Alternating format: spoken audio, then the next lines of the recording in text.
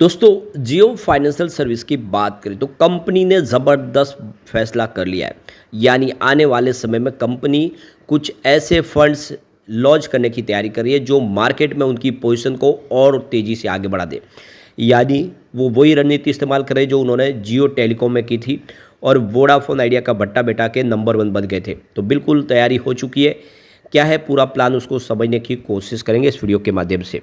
दूसरी तरफ अगर आप देखें तो जून महीने के म्यूचुअल फंड के आंकड़े हमारे सामने आ चुके हैं। क्या जून महीने में म्यूचुअल फंड ने खरीदारी की है या फिर यहाँ से एग्जिट ले लिया है? क्योंकि आप देख सकते हो कि जून महीने में शेयर की प्राइस शानदार बढ़ी थी। ऐसे में क्या प्रॉफिट बुकिंग हुई है, समझने की कोशिश करेंगे। और वो कौन से म्यूचुअल फंड है जिन्होंने यहाँ पे निवेश किया। इसके अलावा कुछ और बड़ी अपडेट है जिसको हम समझने की कोशिश करेंगे इस वीडियो के माध्यम से। लेकिन फ्रेंड्स उससे पहले अगर आप पहली बार हमारे चैनल पे आए तो चैनल को सब्सक्राइब कर दीजिए, एक बेल आइकॉन दबा दीजिए ताकि जब भी नया वीडियो बने पहला नोटिफिकेशन आपको मिले। वीडियो पसंद आए तो लाइक से जरूर कीजिए। चलो फ्रेंड्स वीडियो स्टार्ट करते हैं। मैं हूँ आपका दोस्त SB दवे और हमारे अपने चैनल ऑनलाइन कमाई में आपका बहुत बहुत स्वागत है। सबसे पहले जियो फाइनेंशियल के कारोबार की बात करें तो 331 पर क्लोजिंग थी आज, जहाँ पे 0.61% की तेज़ी देखने को मिली। तो आप देख सकते हो कि शुरुआत पॉजिटिव थी 330 पर, उसके बाद में स्टॉक इंट्राडे में 333 तक भी गया। क्लोजिंग अच्छी रही है। तो यहाँ पे जो देख सकते हो कि एक बड़ी प्लानिंग कर ली है जियो म्यूचुअल फंड ने अपने बिजनेस को तेज़ी से आगे बढ़ाने के लिए। तो आने वाले समय म्यूचुअल फंड मार्केट में बड़ी हलचल हमें देखने को मिल सकती है।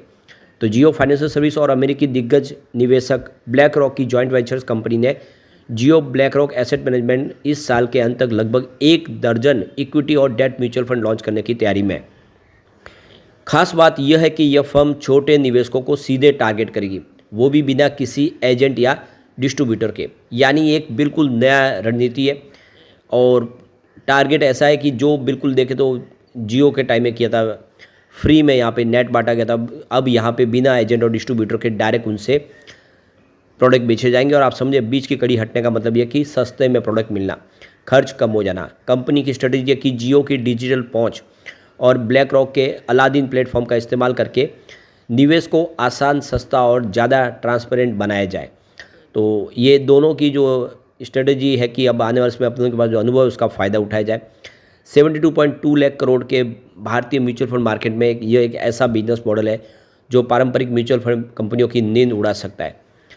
तो ये देख सकते हो कि मीडिया रिपोर्ट के अनुसार जियो ब्लैक रॉक ने बाजार रेगुलेटर सेबी से 8 नए म्यूचुअल फंड लॉन्च करने की इजाज़त मांगी है।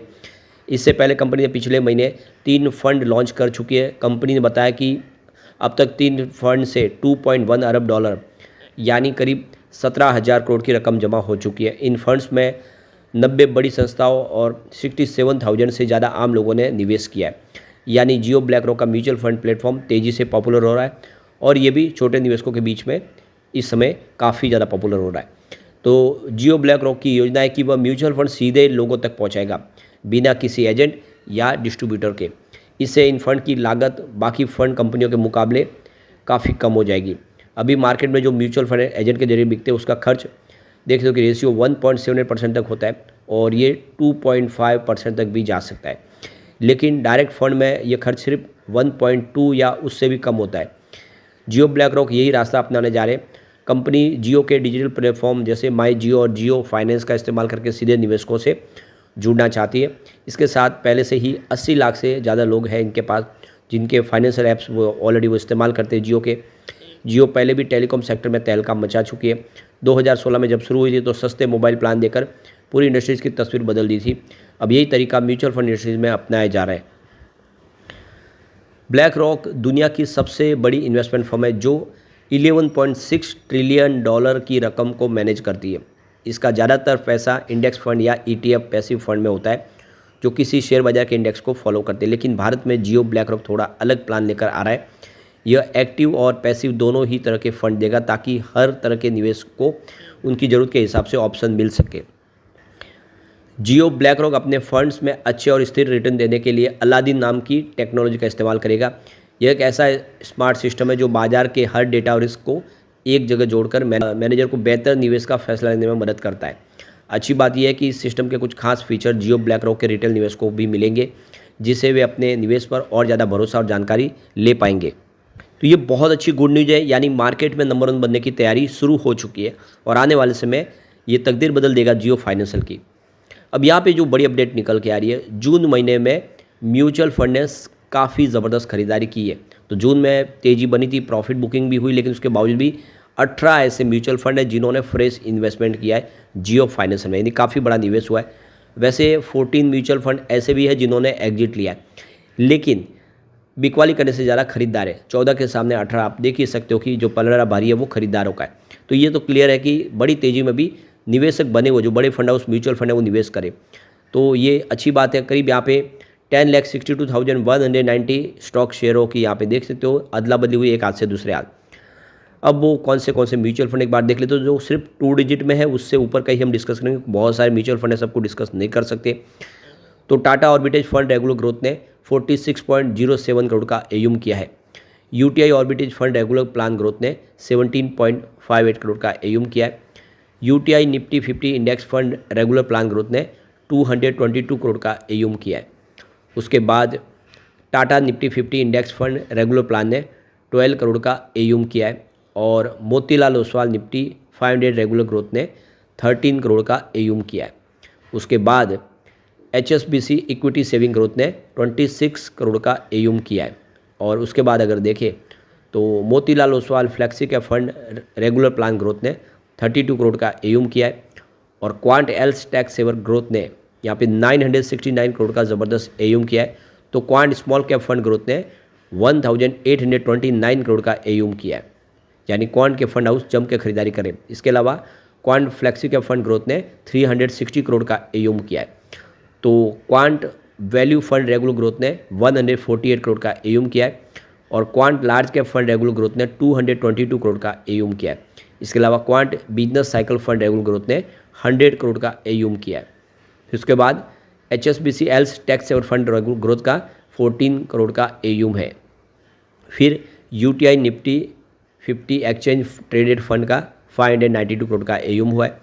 तो Mahindra Manulife business cycle fund का 16 करोड़ का एयूम है और Quant tech fund regular growth का 39 करोड़ का एयूम हुआ है। उसके बाद में यहाँ पे देख सकते हो quant dynamic asset allocation fund regular growth का 121 करोड़ का एयूम हुआ है। तो ये क्लियरली आप देख सकते हो कि जम के खरीदारी हुई है। यहाँ पे देख सकते हो जेपी जियो फाइनेंशियल सर्विस में। अब यहाँ पे देखो कि जियो फाइनेंशियल इस समय काफ़ी शानदार लग रहा है स्टॉक, और इसके पीछे वजह कंपनी की स्ट्रेटेजी जो लगातार बहुत ही शानदार तरीके से अपने बिजनेस को बढ़ाने के लिए अपनी ताकत को बढ़ा रहे। इन्होंने देखिए अभी डिजिटल बैंकिंग सेक्टर में इनको रेगुलेटरी अप्रूवल मिला। इन्होंने SBI के पास से हिस्सेदारी खरीद के अपनी 100% हिस्सेदारी जियो पेमेंट बैंक में कर ली है, यानी आने वाले समय बैंकिंग सिस्टम में बड़ा तहलका मचाने को तैयार है कंपनी। ऑनलाइन बैंकिंग सेवाएं सारी देगी और वो भी आप मोबाइल के माध्यम से। ये बातें साबित कर रही है कि जियो फाइनेंशियल कुछ बड़ा करने की तैयारी में, और ऐसे में आने वाले समय जियो फाइनेंशियल कमाल कर सकता है। और आप देख सकते जो इसका इंश्योरेंस का बिजनेस है वो भी बहुत शानदार, करीब 42 से ज़्यादा जो कंपनियां उनसे उन्होंने टाइप कर लिया है, यानी सबसे शानदार इंश्योरेंस प्रोडक्ट कंपनी देने वाली है।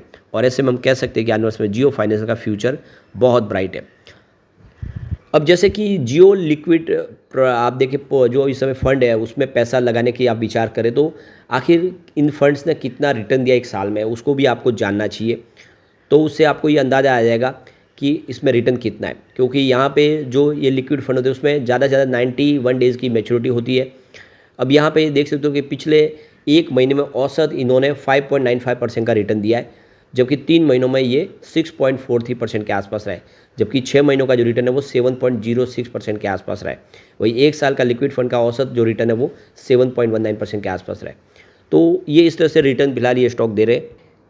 लेकिन फ्रेंड्स, कोई भी इन्वेस्टमेंट करने से पहले अपने फाइनेंशियल एडवाइजर से एडवाइस ले ले या अपना खुद का रिसर्च करें, क्योंकि मैंने वीडियो आपके एजुकेशनल पर्पज़ के लिए ही बनाए। वीडियो पसंद आए तो लाइक शेयर जरूर कीजिए और चैनल को सब्सक्राइब कर दीजिए। Thank you friends.